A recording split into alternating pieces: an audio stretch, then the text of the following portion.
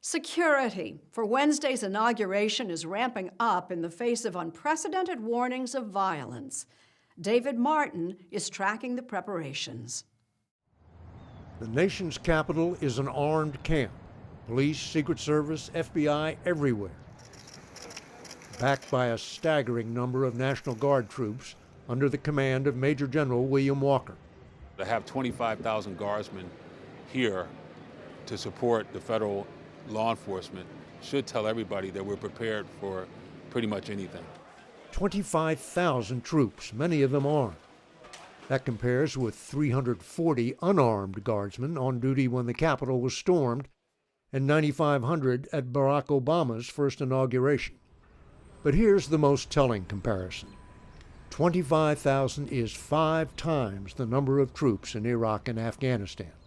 Since 9/11, we've been focused on the threat of Islamist terror, which is still a threat, but we need to recognize that in this country, the challenge we have is one of homegrown terror.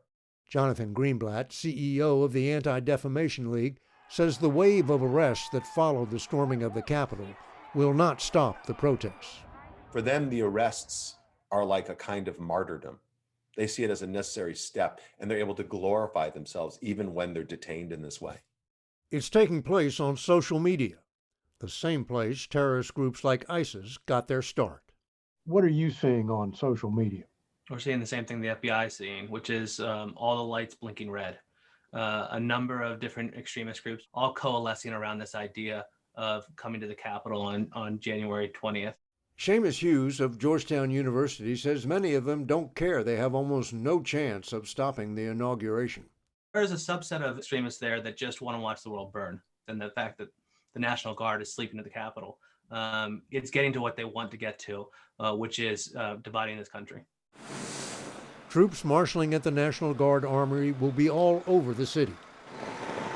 Extremists can ignore the facts that Joe Biden won the election, but armed soldiers are not so easily dismissed.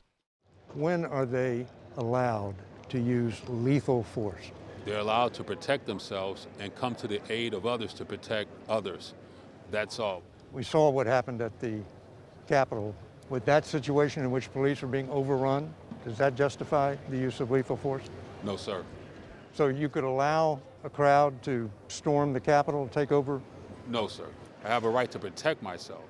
So if you pull out a weapon on me and you point it at me, and I'm convinced you're going to try to kill me, I have the right to defend myself.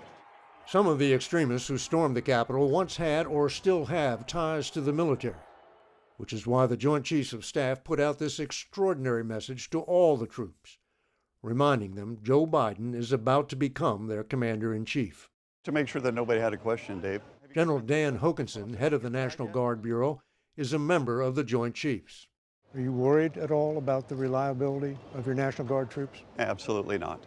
Have you been screening some of the troops as they come in? Yes, sir. In coordination with the Secret Service and the FBI, they're screening all the personnel that are coming in.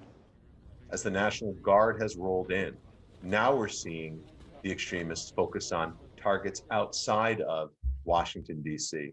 It's nothing short of a potentially violent armed insurgency. 25,000 troops manning barbed wire top fences can protect the inauguration. But can they stem the tide of extremism? This isn't the end. This is just the end of the beginning. And I think it's entering a whole new and potentially very frightening phase. This is what we all sign up for, to help protect America from all enemies, foreign and domestic. But this week it'll be domestic. Yes, sir. All enemies, foreign and domestic. That's the oath to the Constitution.